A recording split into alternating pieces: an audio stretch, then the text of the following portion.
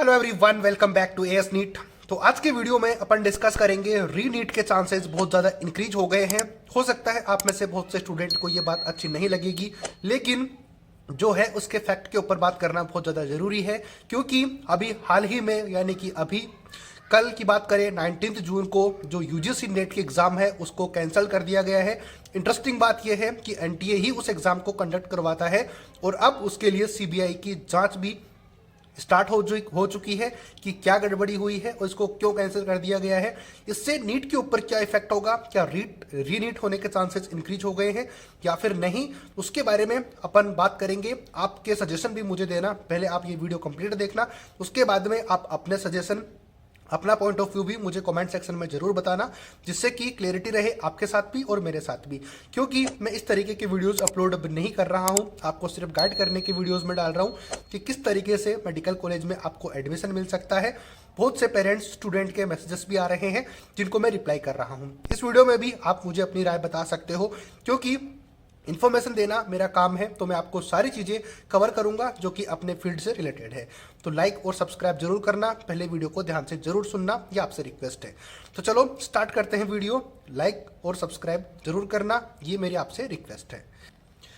तो जितनी भी इंफॉर्मेशन है वो मैं स्क्रीन के ऊपर आपके लिए लगा दूंगा, बाकी वैसे मैंने नोट करके रखी हुई है, तो जिस तरीके से आपको समझ में आती है तो आप देखते रहना। तो सबसे पहले बात करें तो 19 जून 2024 को यूजीसी का एग्जाम, जो कि यूजीसी नेट होती है, जो कि यूनिवर्सिटी ग्रांट कमीशन, इसको यूजीसी बोलते हैं, कि एग्जाम के रिगार्डिंग एक इंफॉर्मेशन मिली थी, जो कि NCTAU यानी कि इंफॉर्मेशन आपको स्क्रीन के ऊपर दिख रही है। NCTAU का मतलब होता है कि national crime threat analytics unit है, उन्होंने इनपुट इनको प्राप्त हुआ था, जिसकी वजह से इनकी तरफ से ये मिस्टेक यानी कि पकड़ी गई है। एनटीए की जो मिस्टेक हुई थी यूजीसी नेट के पेपर में, वहां से इनको इन्फॉर्मेशन मिली है कि एग्जाम में कोई ना कोई गड़बड़ हुई है, तो इसको जरूर चेक किया जाए। और इसी के चलते इस एग्जाम को कैंसिल कर दिया गया है, जो कि 18 जून को कंडक्ट हुआ था। तो मैं दिखाता हूं आपको आगे। तो ये एग्जाम जो है 18 जून को कंडक्ट हुआ था, यानी कि आपको स्क्रीन के ऊपर दिख रही है। एग्जाम का मोड था पेन एंड पेपर मोड, जो कि एग्जैक्टली उसी तरीके से है जैसे कि नीट का पेपर होता है, पेन एंड पेपर मोड पे। नंबर ऑफ कैंडिडेट कितने हैं? 11 लाख से ज्यादा कैंडिडेट इस एग्जाम में अपीयर होते हैं। नोटिस आपको स्क्रीन के ऊपर जितनी भी इससे रिलेटेड डिटेल्स हैं वो आपको 1 बाय 1 दिखती रहेंगी, तो उससे आपको इसमें फायदा हो जाएगा कि किस किस तरीके से ऑथेंटिसिटी आपको इस वीडियो में मिलती रहेगी। क्योंकि आपको पता है कि अगर आप इस चैनल से जुड़े हुए हो तो पिछले काफ़ी टाइम से मैं वो वीडियोस आपके लिए अपलोड नहीं कर रहा जो कि नीट कैंसिल हो रहा है, ये हो रहा है, वो हो रहा है। मैंने कहा था कि कभी कभी जो इंपॉर्टेंट अपडेट्स होंगी वो आपके साथ में शेयर करूंगा, बाकी उसी टॉपिक पर वीडियो अपन बनाएंगे जिसमें कि अपन बनाते हैं। तो बात करें एग्जाम कंडक्ट किस लिए होती है यूजीसी नीट की, तो ये एग्जाम होती है, जैसे कि बात करें ऑल इंडिया कोटे के जो पीएचडी एडमिशंस होते हैं उनके लिए एग्जाम होता है। इसके अलावा जेएफआर यानी कि जूनियर रिसर्च जो फिलोसॉफी कोर्स होती है उसके लिए एग्जाम होता है। इसके अलावा असिस्टेंट प्रोफेसर की पोस्ट के लिए ये एग्जाम कंडक्ट करवाया जाता है। ये सिर्फ आपके नॉलेज के लिए है कि जिनको पता नहीं है उनको पता लग पाए एक छोटे से वीडियो के थ्रू। तो ये थी सारी इन्फॉर्मेशन यूजीसी नेट की तरफ से। एक बार फिर मैं इसको कंक्लूड कर देता हूं, फिर नीट के ऊपर बात करेंगे। सबसे पहली बात यह है कि यूजीसी नीट का एग्जाम कैंसिल कर दिया गया है। इसको एक ही दिन के अंतराल के बाद में यानी कि 18 जून को एग्जाम हुआ और 19 जून को इसको कैंसिल कर दिया गया। अब इसको आप किस तरीके से देख सकते हैं, क्योंकि एनटीए की ये एक चाल भी हो सकती है या फिर एक बना बनाया प्लान भी इस तरीके से हो सकता है। ये मैं क्यों बोल रहा हूं वो मैं आपको आगे थोड़ा सा समझाने की कोशिश करूंगा, लेकिन फिलहाल अभी ये इन्फॉर्मेशन थी कि नेट जो कि एनटीए ही इस एग्जाम को कंडक्ट करवाता है, ये बहुत बड़ा पॉइंट है। अब बात करते हैं कि कुछ दिन पहले, 2 दिन पहले हियरिंग हुई थी एनटीए के अगेंस्ट में सुप्रीम कोर्ट में, उसके ऊपर क्या डिसीजन रहा था उसके बारे में बात करते हैं और एनटीए को क्या बोला गया था उसको रिलेट करके अपन डिस्कस करेंगे कि रीनेट होने के चांसेस कितने ज्यादा हैं। इसके लिए भी आपका जो इनके ट्वीट्स हैं वो आपको दिख जाएंगे स्क्रीन के ऊपर। तो सुप्रीम कोर्ट ने जैसे कि बोला था कि Supreme Court tells the union and the NTA that even if there is a 0.001% negligence on the part of anyone, it should be thoroughly डेथ विथ। डेल्ट विथ हो सकती है, यानी कि 0.001% भी अगर आपसे मिस्टेक होती है तो ये भी स्टूडेंट के फ्यूचर के लिए घातक हो सकती है, या फिर ये भी एक कंसर्न है उस सभी एग्जाम देने वाले स्टूडेंट के साथ में जिन्होंने कि बहुत ही फेयर तरीके से एग्जाम दिया है, बहुत मेहनत की है स्टूडेंट ने, उसके बाद वो एग्जाम दिया है। तो लेकिन अगर सुप्रीम कोर्ट, जो कि अपना सबसे बड़ा डिसीजन मेकिंग सिस्टम है, यानी कि उनकी जस्टिस कभी गलत नहीं होता, हालांकि अपन को इसके ऊपर पूरा भरोसा है, जैसे कि मैंने पहले भी कहा था कि सुप्रीम कोर्ट पे हमें पूरा बिलीव है, अपना कॉन्स्टिट्यूशन इतना स्ट्रांग है। हालांकि इसमें थोड़ा सा डिले जरूर हो रहा है वो समर वेकेशंस की वजह से, बट कोई ना कोई डिसीजन अपने फेवर में आने के चांसेस ज़्यादा है, यानी कि उन स्टूडेंट के फेवर में जो कि रीनीट चाहते हैं। लेकिन इससे रिगार्डिंग कुछ और इंपॉर्टेंट अपडेट्स हैं जो कि हाई कोर्ट ने, यानी कि सुप्रीम कोर्ट ने बोला है एनटीए को, उसके बारे में कुछ और डिस्कस करते हैं। तो सुप्रीम कोर्ट ने बोला है बच्चों के लिए कि children have prepared for the exam, we can not forget their labour. Supreme Court ने एनटीए को या फिर बच्चों को बोला है कि बच्चों के जो एफर्ट्स होते हैं, उनके प्रयासों को, जो कि जेन्युइन तरीके से फेयर एंड स्क्वायर एग्जाम देते हैं, उसके लिए प्रिपरेशन करते हैं, कितने ज़्यादा सेक्रीफाइसेस वो करते हैं, ये आपसे छुपा हुआ नहीं है और आपको समझाने की भी इसके लिए ज़रूरत नहीं है, क्योंकि एक बच्चा नीट के एग्ज़ाम के लिए कितनी मेहनत करता है वो आप सभी के सामने है और आप खुद ने भी बहुत ज़्यादा की होगी। तो सुप्रीम कोर्ट ने बोला है कि बच्चों की मेहनत को आप इस तरीके से नहीं वेस्ट कर सकते।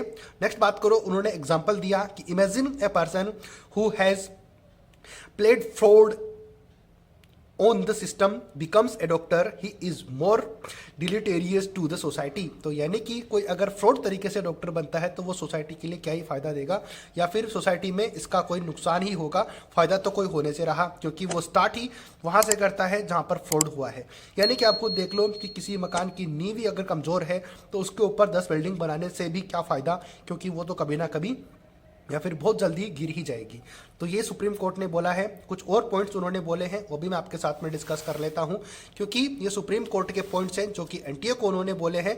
तो फिर ये अपन और आप नहीं बोल रहे हैं, हम लोग और आप नहीं बोल रहे हैं, क्योंकि बहुत से सोशल मीडिया पे, यानी कि हर न्यूज़ चैनल के ऊपर अभी नीट के रिगार्डिंग इन्फॉर्मेशन ही चल रही है, सभी लोग अपने साथ हैं।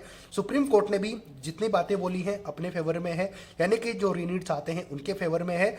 रीनीट इसलिए हम चाह रहे हैं क्योंकि वो बच्चा जो कि 620 से लेके जिसका स्कोर 650 तक है, वो बच्चे सबसे ज़्यादा सफ़र कर रहे हैं। और ना सिर्फ वो बच्चे, इसके अलावा भी जो 650 प्लस का वाला स्कोर वाला बच्चा है वो भी सिर्फ एक नॉर्मल मेडिकल कॉलेज लेने के लिए मजबूर हो जाएगा अगर यही कट ऑफ रही तो, क्योंकि इतनी ज़्यादा मेहनत करने के बाद में भी उसको ना तो कोई एम्स मिलेगी ना ही कुछ और, उसको लास्ट राउंड में कॉलेज अलॉट होगा। तो इस तरीके के हालात होने तो नहीं चाहिए थे, लेकिन ये बात सिर्फ हम उसी स्टूडेंट के लिए उठा रहे हैं। हो सकता है जिन स्टूडेंट ने फेयर एंड स्क्वायर तरीके से एग्जाम दी उनको इससे दिक्कत हो सकती है, लेकिन दिक्कत हुई है इसीलिए ये बातें चल रही है। अगर नहीं हुई होती तो फिर बात ही कहाँ होती। तो बहुत ज़्यादा बच्चों के मैसेजेस भी आ रहे थे मेरे पास कि हम क्या ही करें, कि जब पढ़ के भी कोई फ़ायदा नहीं है, ड्रॉप लेके भी कोई फ़ायदा नहीं है, जब सीट ही बेच दी जाएगी या फिर सीट ही इस तरीके से फ्रॉड तरीके से दी जाएगी तो हम पढ़ के क्या ही करेंगे और क्या ही ड्रॉप लेके करेंगे। तो पेरेंट्स और स्टूडेंट इतने ज़्यादा डिप्रेशन में है कि उनका बिलीव सिस्टम ही ख़राब हो गया है। तो हम सिर्फ उन बच्चों की आवाज़ बनने की कोशिश कर रहे हैं।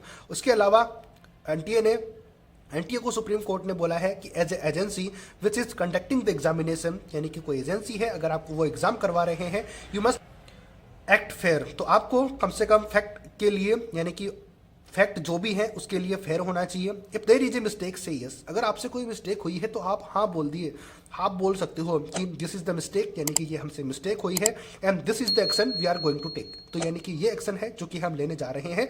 तो आप हमें क्लियरली बोलते क्यों नहीं हो, लगातार बहाने बना रहे हो, जो कि बहाने काफ़ी टाइम से चलते आ रहे हैं। आपको हर चीज़ें पता है, तो मैं इन डेप्थ में नहीं जा रहा, मैं सिर्फ इतना बताने की आपको कोशिश कर रहा हूँ कि एनटीए को सुप्रीम कोर्ट ने इतनी सारी बातें बोली हैं तो इसके लिए चांसेस ज़्यादा हो जाते हैं, क्योंकि हर तरफ से आप देख रहे हो, कहीं पे पेपर लीक हो रहा है तो कहीं पर क्या हो रहा है, न्यूज़ में हाईलाइटेड पॉइंट नीट ही बना हुआ है। तो बहुत ज़्यादा इन्फॉर्मेशन आपके साथ में होगी। मैं आपको सिर्फ इतना बताने की कोशिश कर रहा हूं कि नेट से फर्क ये पड़ेगा कि एनटीए ही इसको कंडक्ट करवाता है। तो इंपॉर्टेंट पॉइंट ये है कि 18 जून को एग्जाम कंडक्ट हुआ और 19 जून को एनटीए ने एग्जाम कैंसिल कर दिया, और ना सिर्फ कैंसिल कर दिया, सीबीआई जांच भी इसके लिए बुलाई है कि आप इसको चेक कर सकते हो किस किस तरीके से क्या हुआ है। तो एनटीए ये पॉइंट अब 8 जुलाई को हियरिंग होने वाली है नीट के रिगार्डिंग, तो उसमें एक पॉइंट रखेगा, डेफिनेट ये पॉइंट रखेगा, आप नोट करके रखना कि एनटीए बोलेगा वहां पर सुप्रीम कोर्ट से कि देखिए हमने यूजीसी नेट का भी एग्जाम कंडक्ट करवाया, जहां पर जैसे ही हमें लगा कि कोई मिस्टेक हुई है तो हमने तुरंत उसको कैंसिल कर दिया। अगर नीट में भी ऐसा होता, हमारे से कोई मिस्टेक होती, तो हम उसको भी कैंसिल कर देते, इतना टाइम नहीं लेते। क्योंकि अब एनटीए का ये प्लस पॉइंट हो सकता है, वो इसलिए क्योंकि जो यूजीसी नेट का एग्जाम है उसमें 11 लाख से ज़्यादा स्टूडेंट है, लेकिन नीट के अंदर इससे डबल स्टूडेंट है। तो एनटीए के लिए ये ज़्यादा इजी रहेगा 11 लाख स्टूडेंट के लिए एग्जाम रिकंडक्ट करवाना, रादर देन 23 लाख स्टूडेंट की एग्जाम रिकंडक्ट करवाना। तो ये पॉइंट आपको कैसा लगा, आप जरूर इसको कमेंट करना। इसके अलावा एक पॉइंट एनटीए बोल सकता है कि हमने सिलेबस भी रिड्यूस किया था इस साल नीट में सिलेबस रिड्यूस होने की वजह से भी कट ऑफ हाई रहने के चांसेस हैं। तो ये 3-4 पॉइंट होंगे जो कि एनटीए सुप्रीम कोर्ट में बोलने वाला है, और इसका बहुत ज़्यादा पॉजिटिव इम्पैक्ट होने वाला है कोर्ट के अंदर। लेकिन अगर आप एक नीट एस्पिरेंट हो तो आपको नीट की प्रिपरेशन कर देनी चाहिए स्टार्ट। जितने भी हैं आपको इसका कोई फायदा ही होगा, नुकसान तो होने से रहा। तो कोशिश करना कि आप 8 जुलाई को इसके ऊपर फाइनल डिसीजन सुप्रीम कोर्ट लेने वाली है, जिसके ऊपर हमें पूरा बिलीव है, और उनके सामने अपन कुछ बोल भी नहीं सकते। उन्होंने जो बोलना है वो बोलेंगे, और वो जस्टिस ही होगा, चाहे वो किसी तरीके से हो। तो फिर आपको बिलीव रखना होगा, और 8 जुलाई से पहले पहले कम से कम आपको अपनी बायोलॉजी जो है वो कंप्लीट कर लेनी होगी। स्टडी कर लो, और अगर ये नीट होता है तो उसके लिए भी आपको 4 वीक्स का, यानी कि 30 डेज कम से कम आप मान के चलो, 1 महीने का टाइम आपको दिया जाएगा, जिसमें कि आप इजीली अपनी स्टडी कर सकते हो और भी ज़्यादा, क्योंकि ऑलरेडी प्रिपरेशन आपने की हुई है। तो उसके लिए आपको अभी से प्रिपेयर करके रखना पड़ेगा। तो आप प्रिपरेशन करके रखो रेडी, आपको फायदा होगा। तो ये थी सारी डिटेल। आपको आपके क्या पॉइंट है, आपका क्या पॉइंट ऑफ व्यू है, वो भी मेरे साथ जरूर शेयर कर सकते हो। और इन्फॉर्मेशन है वो मुझे शेयर कर सकते हो। वीडियोस भी आप मुझे अपनी ईमेल पे, इंस्टाग्राम आईडी का लिंक डिस्क्रिप्शन में गिवन है, वहाँ पर आप मुझे मैसेजेस, वीडियोस सब कुछ सेंड कर सकते हो जो भी आपके पास अवेलेबल है। तो ये थी रीनेट के बारे में इन्फॉर्मेशन। तो मिलते हैं नए अपडेट, नई वीडियो के साथ। तब तक लाइक, शेयर, सब्सक्राइब जरूर करना। जय हिंद, जय भारत।